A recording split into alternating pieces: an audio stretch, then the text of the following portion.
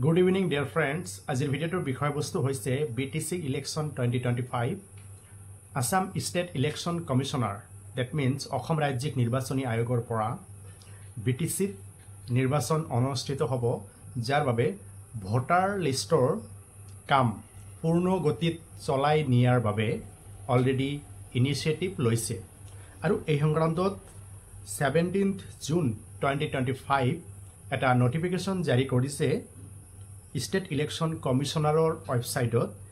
ইয়াতে কোৱা হৈছে যে BTC ইলেকশনৰ ভোটাৰ লিষ্টৰ কামকাজ অলৰেডি আৰম্ভ হৈছে। ফটো ইলেক্টৰেল ৰোলছ ফটোযুক্ত ভোটাৰ তালিকাৰ কাম আৰম্ভ কৰা হৈছে আৰু ড্ৰাফট ইলেক্টৰেল ৰোলছ ভোটাৰ তালিকাৰ ড্ৰাফটটো আপোনাৰ প্ৰকাশ পাব 22/7/2025। আজি হৈছে আপোনাৰ 15 তাৰিখ। আজি হৈছে জুলাই মাহৰ 15 তাৰিখ। গতিকে এই মাহৰে 22 তাৰিখত ড্ৰাফট ভোটাৰ লিষ্ট মানে উলিয়া হ'ব।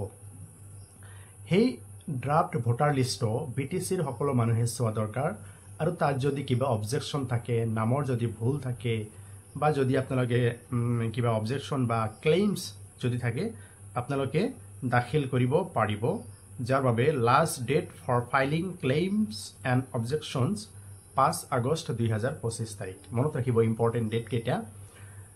ভোটাৰ তালিকাৰ খচৰা প্ৰকাশ পাব এই মাহৰে 22 তাৰিখ, ডেট মিনছ 22 জুলাই 2025 আৰু ড্ৰাফট ভোটাৰ লিষ্টটো মানে পাব্লিছ হোৱাৰ পিছত যদি কাৰোবাৰ ক্লেইমছ এণ্ড অবজেকশনছ থাকে তেতিয়াহ'লে আপোনাৰ 5 আগষ্ট তাৰিখলৈকে বা তাৰ আগত আপোনালোকে আপোনালোকৰ দাবী আৰু আপত্তি জনাব পাৰিব। তাৰপিছত এইখিনি সম্পূৰ্ণ হৈ যোৱাৰ পিছত final publication of electoral Rolls আপোনাৰ হ'ব 13 আগষ্ট 2025।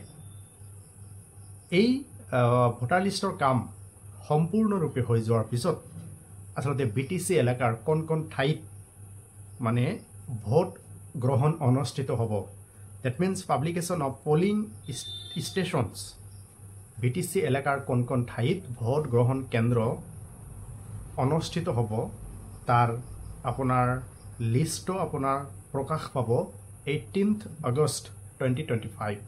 গতিকে এইখিনি আছিলে BTC ইলেকশ্যন 2025ৰ ৰিচেণ্ট আপডেট।